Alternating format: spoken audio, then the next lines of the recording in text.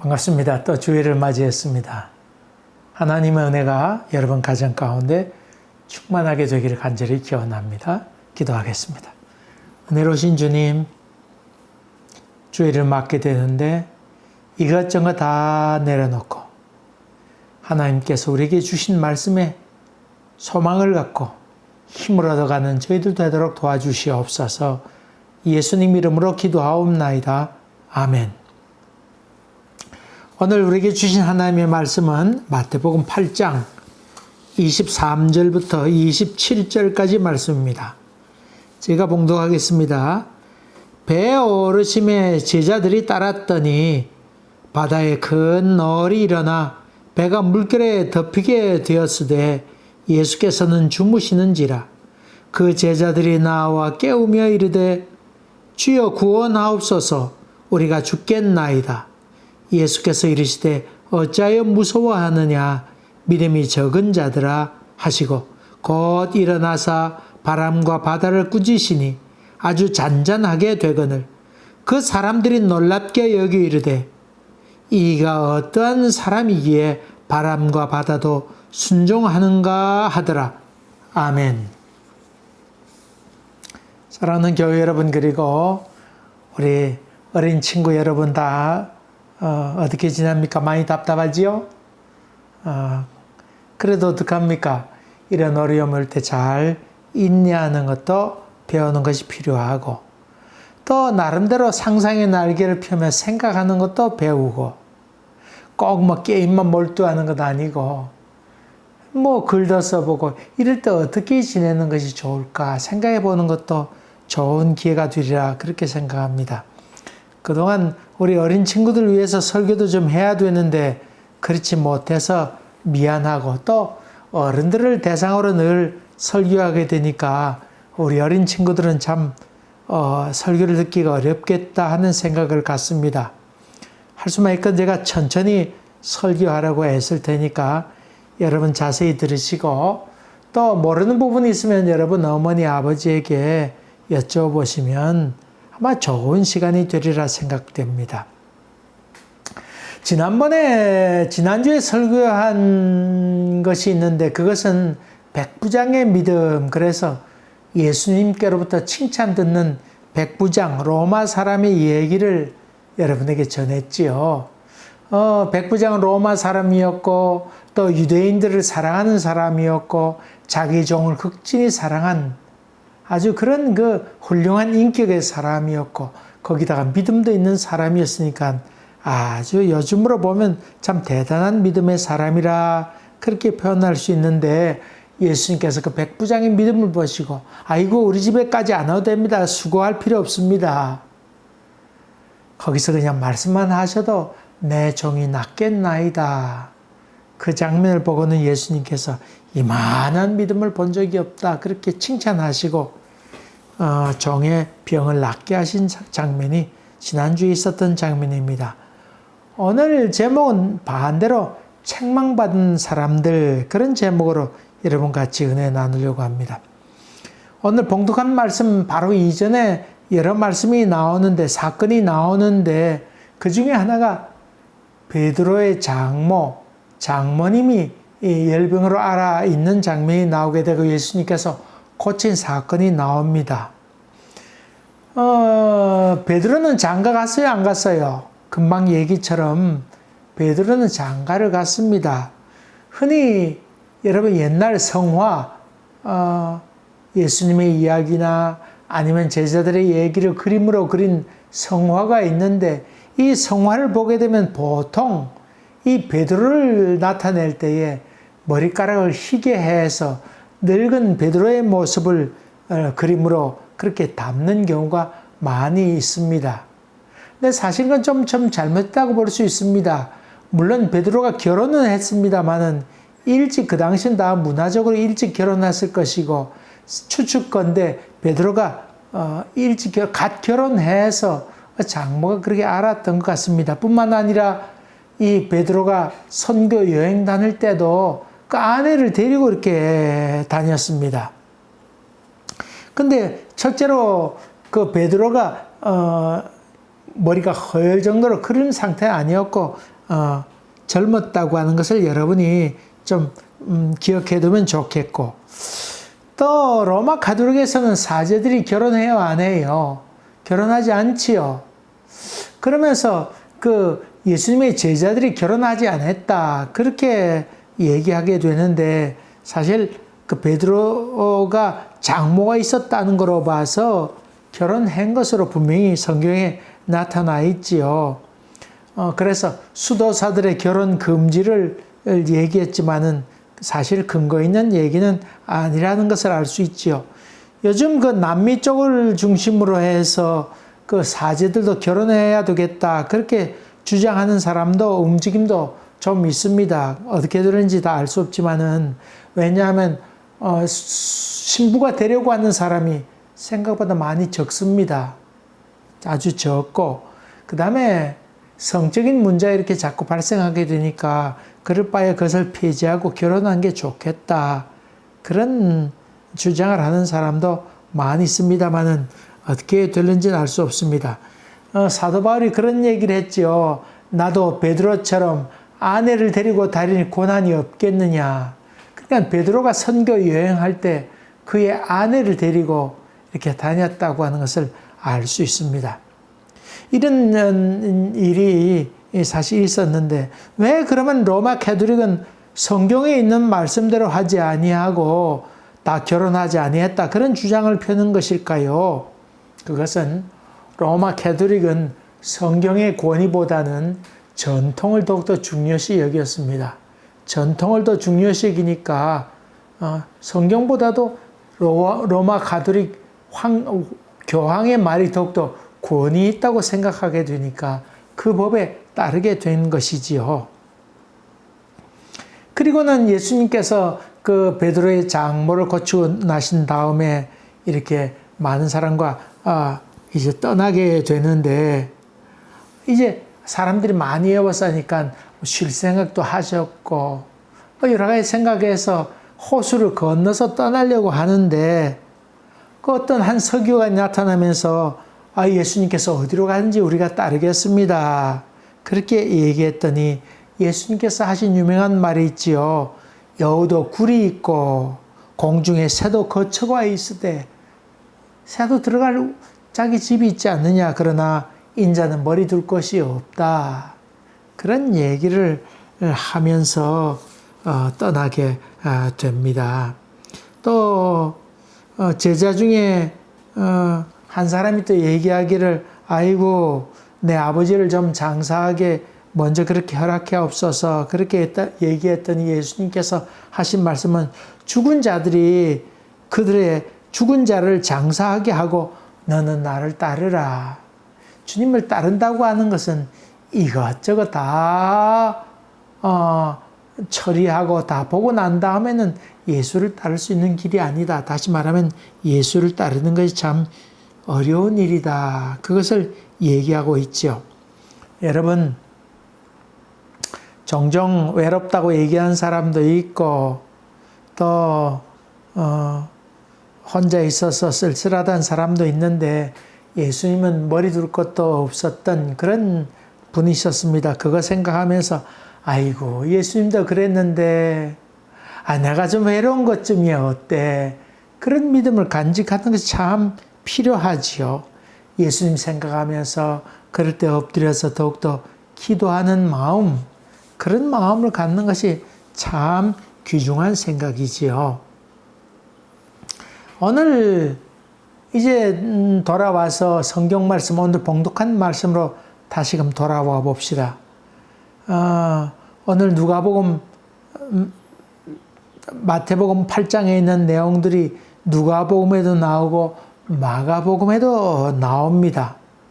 모두 나오는데 이런 얘기들 다 이렇게 하면서 여러분 조금 더 성경에 좀 들어가 봅시다. 예수님께서 배를 타고 건너편으로 가시려고 할 때, 처음에 배를 타려고 할 때는 날씨가 그렇게 풍랑이 일거나 그렇지 않았던 것 같습니다. 바람도 적게 불었고, 그래서 배를 타기도 괜찮았고, 풍랑이 막 일고 그랬으면 배를 타기도 어려웠을 것 아닙니까? 떠날 생각도 가지지 않았을 텐데, 날씨도 그렇고 괜찮을 때였습니다. 큰 바람도 없었고 그랬었는데, 배를 타고 이렇게 나가다 보니까 큰 바람이 불게 되고 파도도 치게 되고, 그래서 파도가 친 데다가 바람이 부니까 흰 물결이 일어날 것 아닙니까? 그래서 흰 물결이 일어났다고 그렇게 성경 기억하고 있습니다. 그런데 예수님께서는 머리 둘 것이 없다고 그랬지만은 아마 배의 앞에 뱃머리, 그 앞에 머리를 대고는 아마 뱃머리에 대고는, 거기 머리 대고는 아마 깊이 잠이 드신 것 같습니다. 모처럼 쉼을 얻었던 것 같습니다. 파도가 치는데도 예수님께서 주무셨으니까 얼마나 피곤하셨겠습니까? 근데 파도가 막 치고 배가 울렁울렁하게 되니까 제자들이 놀라서 주무신 예수님을 깨우게 됩니다. 아이고, 우리가 다 죽게 되었습니다. 우리를 구원해 주세요. 그렇게 난리치게 되니까 예수님께서 왜 무서워하느냐? 왜 무서워하느냐? 믿음이 작은 자들아. 그렇게 얘기하고는 바람과 바다를 꾸짖고 또 잠잠하라고 얘기했더니 잠잠하게 되었더라. 아주 잠잠하게 되었더라. 성경 그렇게 기록하고 있습니다. 여러분, 성경에 바다라고 그랬죠. 바다. 지난번에 여러분 성경 공부 제가 계속해서 지금 30여 회 기록하고 있습니다만은 그 내용에는 아직 말씀드리지 못했는데, 이스라엘 사람들은 바다와 호수를 구별하지 않았습니다. 다시 말하면 물이 있으면 됐다고 생각했는데, 이 갈릴리는 호수잖아요.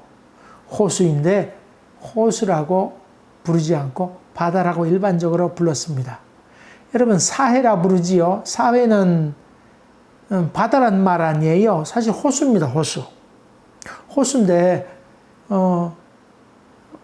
소금 호수라 그러지 않고 소금 바다라 그러지요. 그건 유대인들이 가졌던 생각은 호수든지 바다든지 그렇게 상관하지 않고 물이 있는 곳은 그렇게 호수라고 불렀다고 하는 것입니다. 그런 개념이 없었습니다. 제가 한 20여 년 전에 갈릴리에 갔던 적이 있습니다. 그래 예수님께서 가셨던 그곳에 제가 가본 적이 있죠.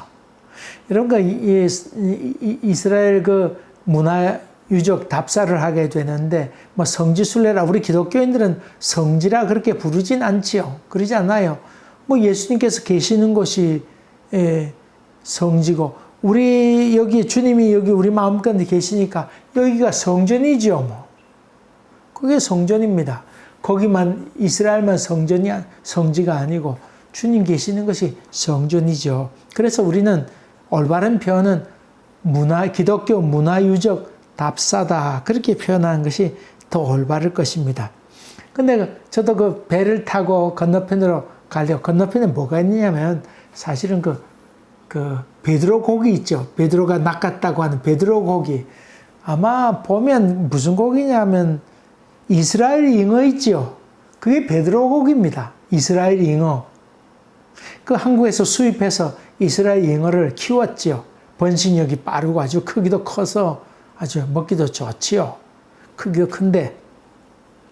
어쨌든 갈릴리에 배를 타고 건너서 가려고 이제 선착상에 이렇게 보았더니, 그 밑에 선착상 밑에 배가 이렇게 있는데, 그 밑에 보았더니, 거기에 메기떼들이 울거렸습니다. 많이 있었습니다. 제가 낚시를 가져갔더라면 그냥 낚시를 해서 메기를 잡아가지고는 메기탕을 해 먹었으면 좋았을 텐데, 거기에 마늘도 다져 넣고는 이렇게 해서 메기탕 만들어 먹었으면 좋았을 텐데, 낚시 도구를 가져가지 않았어요. 근데 이스라엘 사람들은 메기를 먹지 않아요. 왜냐하면 비늘이 없거든요. 비늘 없는 것은 저들이 먹지 않았어요. 그거 먹었으면 좋았을 텐데. 자관, 갈릴리 호수는 아주 작지 않아요. 엄청 넓어요. 길이로 봐서는 한 21km 정도 되니까 까맣게 보이고, 또 폭은 한 15km 정도 되니까 높은 높이 있는 곳이 이렇게 보이죠. 상대쪽 건너편에 보이게 됩니다. 보게 되는데 그곳에 이렇게 또 간 적이 있습니다. 그리고 배를 타고 아주 잔잔할 때 배를 타고는 이렇게 건너게 되었습니다. 그때 배의 크기가 그렇게 크지 않았어요. 한 50명 정도 탈까? 여객선이니까 관광객들을 위해서 가는 배니까. 그래서 교인들이 와가지고는 많은 교인들이 와서 배를 호수 한가운데 띄워놓고는 거기서 예배 드리는 경우도 많이 있지요. 근데 배를 타고 이렇게 한가운데 한 몇십 분 정도 배를 퉁퉁퉁퉁퉁 그러면서 가게 되는데, 처음엔 다들 좋아가지고는 배 밖에 나와서 이거 보고 저거 보고 하게 되는데, 조금 지났더니, 아이고, 바람이 불기 시작하는데, 풍랑이 일고는 파도가 들이치는데, 아이고, 그 배, 파도가 치니까요. 그 밖에서 갈릴리 호수라고 좋다고 다들, 아이고, 베드로도 생각하고, 별 생각 다 하고, 고기 잡던 생각이 다 하던 사람들이 파도가 치니까 다들 놀래가지고는 배 안으로 다 들어왔던 적이 있었습니다. 아이고, 배가 떴다 가라앉는데 얼마나 놀랜지 무시무시했을 정도였습니다. 호수인데도 그랬습니다. 저희 아버지가 옛날에 해운업을 좀 하셨어요. 그래서 그 배를 타고, 배에 대한 얘기를 많이 하고, 부산에 그 부두에 큰 배를 타는데 저도 아버지 손목 붙잡고 큰 배를 타러 가곤 했습니다. 그래서 배에 대한 얘기를 많이 들었습니다. 근데요, 어릴 때 무슨 얘기를 듣냐면, 큰 배가 있는데, 배가 쪼개진대요. 태평양 같은데. 그래, 어떻게 쪼개지나, 이렇게 얘기 들었는데, 제가 중학교 때인가 배를 타고 가다가 배가 쪼개진 줄 알았어요. 태풍 온 다음 날인데 아직 파도가 잔잔해지지 않았잖아요. 근데 배를 타고 방파제를 넘어서 이렇게 지나가는데 파도가 치는데요. 파도가 이렇게 높은 파도 혹 치잖아요. 그럼 배가 쑥 했다가 올라가잖아요. 파도가 쑥 지나가면 배가 어떻게 돼요? 파도가 지나가니까 배가 쫙 가라앉아요. 아이고, 그럴 때요. 배가 쫙 하면서 막 파도가 크게 불어나게 되는데, 그럴 때 배가 쪼개진대요. 얘기 들었더니. 그때 배가 쪼개진대요. 여러분, 다이빙할 때 잘못 다이빙해서 배가 먼저 물에 닿으면 배가 찢어지던가 아니면 내장 파열이 일어나게 되어서 응급실에 실려가는 경우 있잖아요. 그만큼 아주 위험하다 그 말이죠. 그래서 그 배가 그냥 싹 한데 오금이 절이다 그래요. 오금이 절이 있는데 오줌 싸는 사람도 있어요. 어쨌든 간에 그런 갈릴리에서 그런 경험을 저도 한 적이 있습니다. 근데 갈릴리 호수는요, 지면보다도 한 200m 낮아요. 보통 지면이 이렇게 있잖아요. 그보다 200m 낮다니까요. 그러면 이게 지중해고 이제 요르단 언덕, 큰 언덕이 있어요. 그러면 요르단 언덕이 사막이거든요. 이쪽에 사막인데, 사막에 햇빛이 내리쬐게 되면 지열이 높아지게 되고 공기가 뜰 거 아니에요. 그러면 이쪽에는 바람이 그걸 메꾸려고 지중해에서 바람이 확 불어온단 말이죠. 근데 바람이 불어오는데 여기 지대가 낮으니까 바람이 이렇게 갔다가 확 내려갔다가 확 올라가게 되잖아요. 여기 부딪히게 높은 절벽이에요. 그냥 확 들어갔다가 그냥 휘 돌아가지고는 바람이 저쪽으로 건너가게 되는 거죠. 다시 말하면 협곡이에요. 아주 계곡인데 아주 좁은 계곡이라서 바람이 왔다가는 휙 돌아가지고는 올라가게 되니까 갑자기 풍랑이 있는 경우가 많이 있습니다. 그게 그 갈릴리 지방의 땅입니다. 그래서 소용돌이 치고 파도를 일으키고 풍랑이 일어나게 되는 것. 근데 예수님께서 갈릴리 지방에 사셨으니까 그런 것도 또 많이 아셨는데 예수님께서 주무시고 계셨습니다. 파도가 쳐도 깊이 주무시고 계셨으니까 참 예수님께서는 머리 둘 것 없다고 했지만은 사실 그 뱃머리에다가 머리 두고는 그 주무셨다 그렇게 볼 수 있지요. 참 예수님께서는 암만 풍랑이 일어도 그분은 편안한 모습으로 주무셨던 것을 보시오. 거기 코는 골았다는 얘기는 나오지 않으니까 어떻게 했는지 알 길이 없습니다. 하여간에 피곤하셔서 누우셨는데 그런 풍랑 가운데도 그는 두려워하지 않고 잠자고 계셨다. 여러분, 우리 예수 믿는 사람들은 어떤 환경이 있더라도 깊이 잘 자는 것. 하나님께서 사랑하는 자에게 잠을 주시는도다. 걱정 것이 많이 있다 할지라도 다 주님께 의탁하면서 잠 잘 잘 수 있는 것. 이걸 우리는 은혜라고 얘기하죠. 근데 어쨌든 주님께서 주무시고 계셨는데 풍랑이 몰아치고 그냥 배가 그냥 이렇게만 울렁거리는 건 아니고 이렇게 치고 막 난리법석이었습니다마는 다들 놀라서 예수님을 깨우게 되지요. 우리 살려달라고 그렇게 난리치게 됩니다. 여러분, 예수님께서 낮잠 주무시는데 그 제자들이 깨워서 야이씨 너 믿음이 적은 자들 그랬을까요? 예수님은 그런 분은 아니십니다.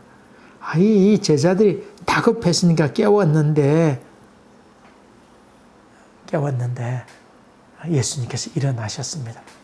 한 가지 알 것이 있는데 이 갈릴리 호수에서 갑자기 바람 불다가 또 바람이 안 부는 경우도 있어요. 갑자기 평온해질 때도 있고 잠잠해질 때도 있었습니다. 근데 이 갑자기 이렇게 멈추게 됐다고 하는 것, 이것은 멈추된 것에 대해서 그 제자들 가운데 아는 사람이 있었을까 몰랐을까요? 아는 사람도 있었습니다. 제자 가운데 누가 있었어요? 갈릴리에서 어부 생활하는 어부가 있었습니다. 이 어부들은 이게 파도가 이렇게 치더라도 갑자기 치더라도 갑자기 잠잠해지는 경우가 있어. 그러니까 넌 너무 그러지 말고 예수님 주무신데 깨우지 마라. 그런 얘기하는 사람도 있었을까 없었을까요? 아마 있기도 했을 것입니다. 거기서 어릴 때부터 물고기 잡던 사람인데 그거 모를까요? 그런데 여기 제자들 가운데 어부가 있었지만은 어부들도 어쩔 수 없는 상황이었던 것 같습니다. 허둥지둥 되면서 예수님을 깨우자고 했던 것 같습니다. 야, 조금 있으면 잠자린다. 저러다가 만다. 이런 경험도 있는 사람이 많이 있었지만은 이 파도를 보고는 심상치 않게 생각했던 것 같습니다. 잠자는 예수님을 서둘러 깨우면서 이거 죽게 되는데 큰일 났구나. 그렇게 생각하고 있습니다. 풍랑 전문가였던 이 갈릴리 어부들도 바로 목수였던 예수님을 부르게 되는 장면입니다. 여러분, 예수님이 탄 배에도 풍랑은 입니까? 아닙니까? 종종 풍랑 없게 해달라고 하는 기도를 우리가 종종 하게 되지요. 물론 풍랑이 없으면 다행이죠. 우리 인생 가운데 고난이 없으면 없는 다행이죠. 꼭 사서 만들어서 고난 만들 필요 뭐가 있습니까? 고난을 주셔서 우리를 그런 얘기 할 거 없어요. 고난 없는 게 제일 좋아요. 편안하게 살다가 죽으면 그것도 행복한 것 아닙니까? 그렇지 않아요? 일부러 고난을 사서 할 필요는 없어요. 그런데 우리 인생에는 고난이 다 없을 수 없다고 하는 것을 여러분이 기억하세요. 풍랑 없게 해달라고 하는 기도는 옳은 기도입니다만은, 그러나 풍랑이 없을 수 없다고 하는데 여러분 생각 맞춘다면 설사 하나님 우리 인생에 풍랑이 온다 할지라도 믿음으로 굳세게 이겨나가는 그런 믿음을 우리에게 더하여 주시옵소서. 이런 기도가 더 성경적인 기도라 얘기할 수 있죠. 하나님의 일을 하면 고난이 없는 겁니까? 아닙니다. 그럼 순교하는 사람도 없어야 될 것 아닙니까? 하나님을 잘 섬기면 다 일이 잘 된다고 하면 순교하는 사람도 없어야 될 것 아닙니까? 근데 순교한 사람도 나옵니다. 선교지에 가서 전기 공사하다가 전기 합선돼 가지고는 또 감전돼 가지고는 몸이 반쪽이 불수가 되는 그런 경우도 있지요. 또 선교행지 가다가 교통사고 나는 경우도, 자동차 사고 나는 경우도 있습니다. 여러분, 선교사들의 열전, 선교사 열전 이런 거 보게 되면 선교사들이 재혼하는 경우 많이 있어요. 재혼한다고 하는 건 결혼해서 다시 다른 사람하고 결혼한 걸 뜻하잖아요. 그게 왜 그러냐 이렇게 봤더니 선교사들이 부부가 결혼해서 선교지 젊어서 가잖아요. 거기서 애 낳고 하다가 그만 풍토병에 걸리고 전염병에 걸려서 거기서 치료할 수 없게 되니까 남편이 먼저 죽거나 또 이쪽은 아내가 먼저 죽거나 하면 과부가 되거나 아니면 호래비가 될 거 아니에요. 근데 애는 키워야 되고 어떻게 돼요? 할 수 없잖아요. 그래서 선교부에서 이쪽 과부된 선교사하고 이쪽 호래비 있는 선교사하고 연결지어서 결혼을 시킵니다.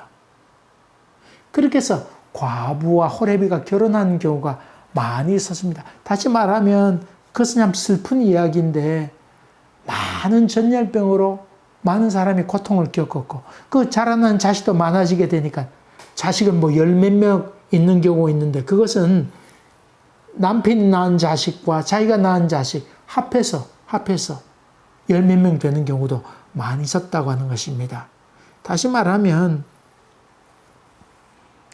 복음 전하는 일에 이런 어려움, 하나님이 일하는데도 이런 어려움이 있다고 하는 것입니다. 사도 바울이 로마로 가는 길에 유라굴로라고 하는 그 소위 그 풍랑을 만나게 되고 태풍 같은 것을, 큰 태풍 같은 것을 만나게 되지요. 여기서 사도 바울은 죽음의 경험까지도 하게 됩니다. 크리스찬이 되면 그런 것이 없어야 되지 않느냐 그렇게 얘기하는 것에 대해서 베드로서는 그것은 아니다. 예수 믿는다고 하는 것은 고난을 의미한다. 오히려 그런 고난이 더 있다. 성경에 보면 하나님께서 선인과 악인에게 골고루 비를 내리신다고 하는 말씀이 있는데 바로 이 말씀도 그런 내용입니다.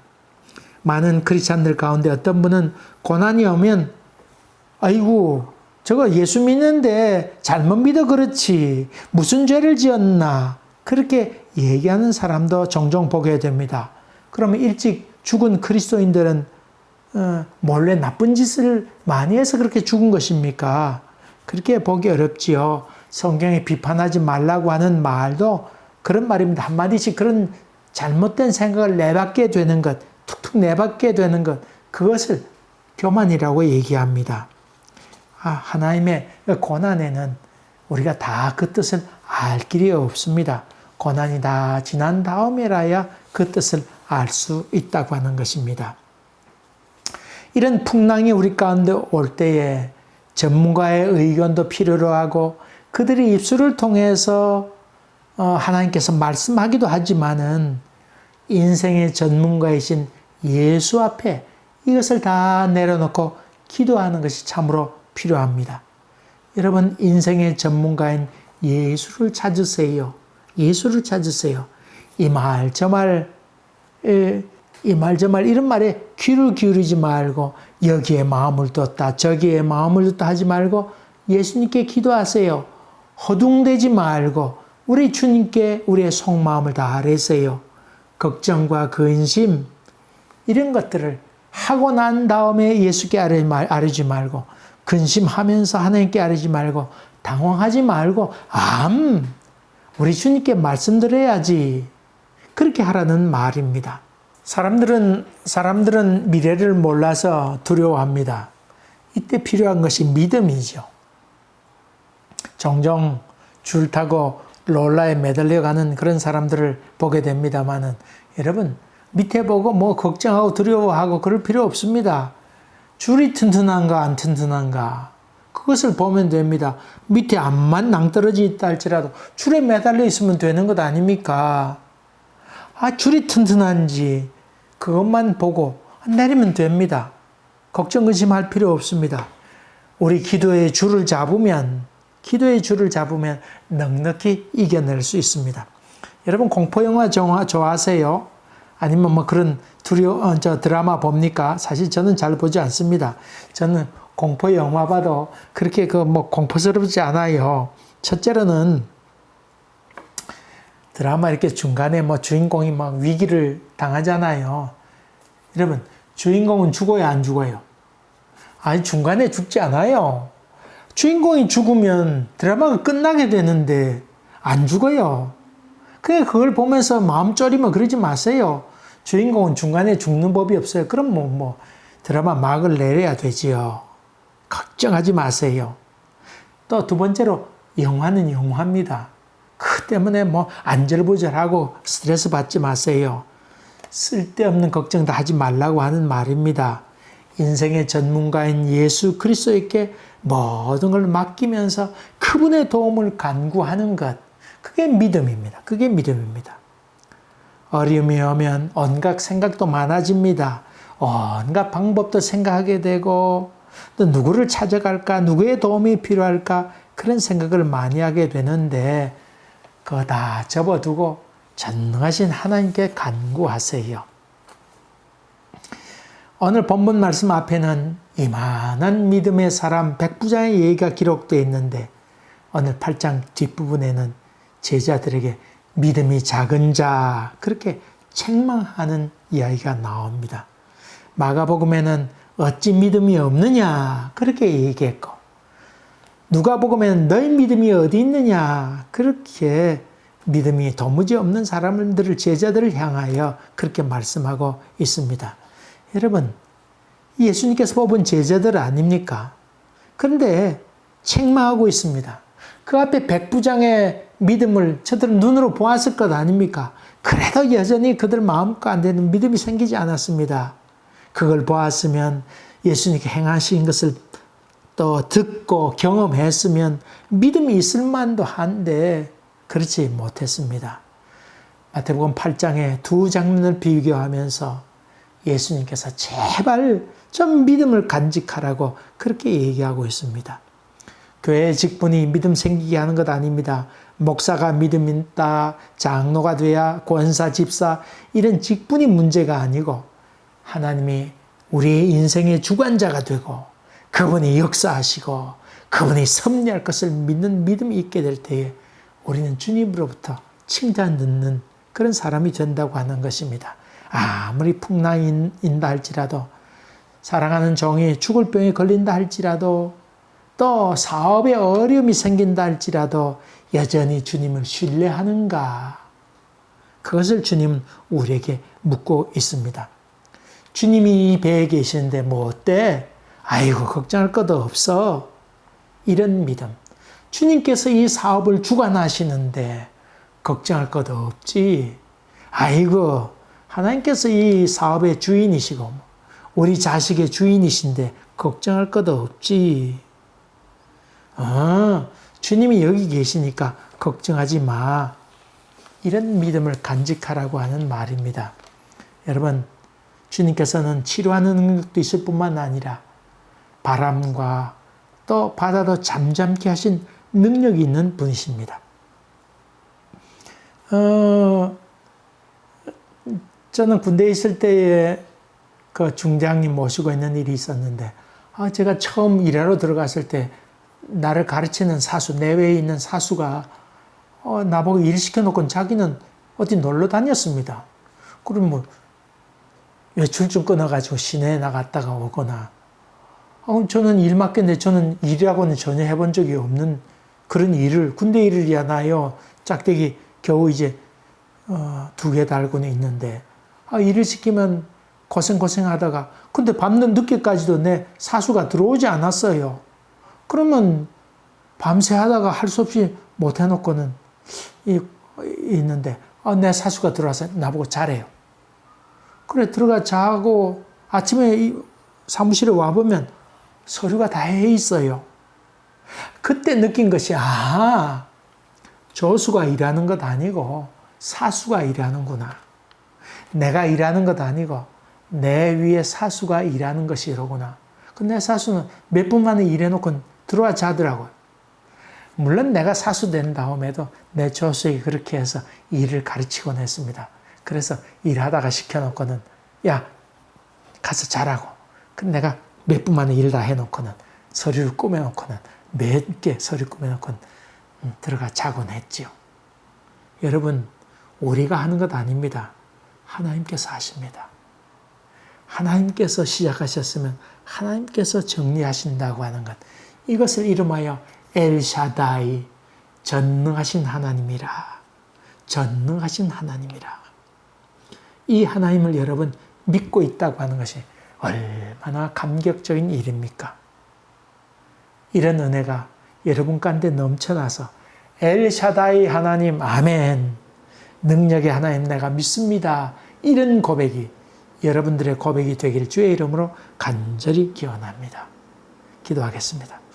은혜로우신 주님, 여러 가지 어려움과 힘든 일이 있지만은 그러나 전능하신 주님을 향해서 날마다 걸어가고 그분을 믿고 의지함으로 말미암아 칭찬 듣는 저희들 되게 도와주시옵소서. 지금은 우리 주 예수 그리스도의 은혜와 하나님 아버지의 지극하신 사랑과 성령의 교통하심과 인도하심과 섭리하심이 저희들 가운데 항상 함께 계시기를 간절히 축원하옵나이다. 아멘. 감사합니다. 교회 여러분, 아마 우리 그 교회에서는 9월 둘째 주 문을 열려고 계획은 하고 있습니다. 그렇게 여러분 기도하시면서 조금 더 인내하시길 바랍니다. 여러분 사업도 다 어렵고 또 하는 일도 다 어려울 텐데 이럴 때일수록 더 깊이 기도하면서 승리하시는 엘샤다이 하나님이 함께 하시기를 간절히 기원합니다. 감사합니다.